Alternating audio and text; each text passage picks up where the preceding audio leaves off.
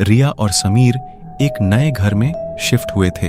घर बहुत बड़ा और पुराना था, लेकिन उन्हें सस्ते में मिल गया था। घर देखने में थोड़ा अजीब भी था। एक दिन जब रिया घर में साफ सफाई कर रही थी तो उसने एक लॉक दरवाजा देखा। ये किस कमरे का दरवाजा है? शायद ये स्टोर रूम होगा, लेकिन मेरे पास उसकी चाबी नहीं है। फिर रिया चाबी ढूंढने बेसमेंट में चली गई।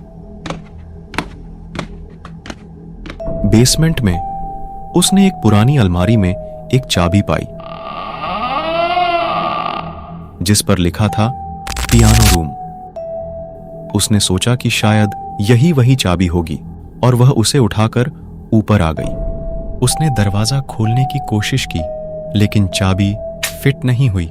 फिर उसने चाबी जोर से घुमाने की कोशिश की और अचानक से दरवाजा खुल गया।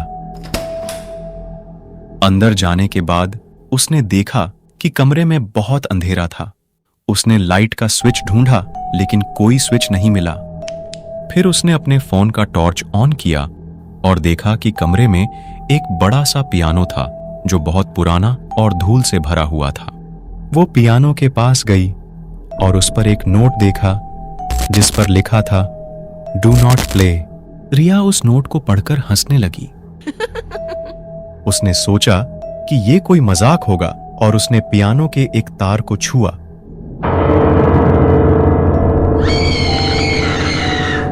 जैसे ही उसने तार को छुआ तो पियानो से एक भयानक आवाज आई, जैसे किसी ने चिल्लाया हो। रिया डर कर पीछे हट गई और उसने देखा कि पियानो के पीछे से एक औरत का चेहरा निकला जो बहुत भयानक और खून से लथपथ था। उस औरत को देखकर रिया के रोंगटे खड़े हो गए। रिया ने चिल्लाया और वो दरवाजे की ओर भागी, लेकिन जब वो दरवाजे तक पहुंची उसने देखा कि दरवाजा बंद हो गया था। उसने दरवाजे को खोलने की कोशिश की, लेकिन वह नहीं खुला। उस दरवाजे की चाबी भी शायद कहीं गिर गई थी। उसने जल्दी जल्दी में अपना फोन उठाया और समीर को कॉल करने की कोशिश की, लेकिन उसका फोन भी डेड हो गया था।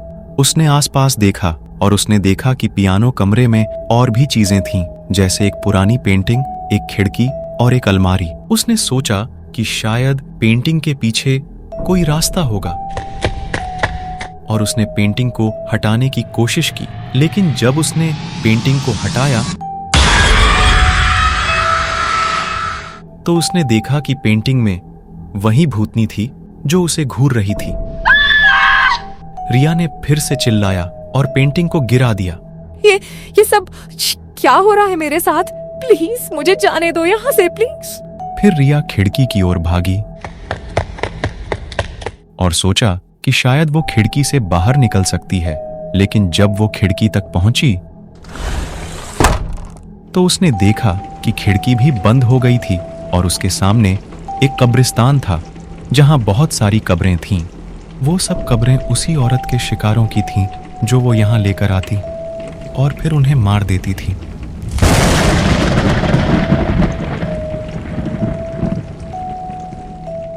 उसने अलमारी की ओर देखा और सोचा कि शायद अलमारी में कुछ मदद मिल सकती है, लेकिन जब वो अलमारी तक पहुंची तो उस अलमारी में एक लाश थी जो कि समीर की थी। उसके गले में एक चाकू था और उसके मुंह से खून बह रहा था। समीर, समीर, तुम यहाँ कैसे? तुम्हारा ये हाल किसने किया? तुम ठीक तो हो ना? रिया, मुझे बचाओ, उसने मुझे मारा है। रिया। रिया समीर की लाश को देखकर वहीं बेहोश हो गई। जब वो होश में आई तो रिया ने अपने आप को किसी हॉस्पिटल में पाया। वहां पर एक डॉक्टर और एक पुलिस ऑफिसर थे। डॉक्टर ने कहा कि वो बहुत लक्की है कि वो जिंदा बच गई। पुलिस ऑफिसर ने बताया कि रिया के घर में कल रात को एक क्रिमिनल घुस गया था जिसने कि समीर को मार दिया और उसने रिया पर भी हमला किया और उसे मारने की कोशिश की थी, लेकिन रिया ने बड़ी मुश्किल से बचने के बाद मदद के लिए पुलिस को कॉल किया। पियानो कमरे में क्या हुआ था? तुम पियानो कमरे में नहीं बल्कि बेसमेंट में थी। ऑफिसर ने बताया कि उसके घर में कोई पियानो कमरा नहीं था और वो चाबी जो वहां पर मिली वो बेसमेंट की चाबी थी। रिया ये सब सुनकर हैरान हो गई। वो ऑफिसर को सब कुछ बताना चाहती थी। फिर रिया ने सोचा कि शायद उसका मन उसे धोखा दे रहा था और वो वहां पर पियानो कमरे का सपना देख रही थी।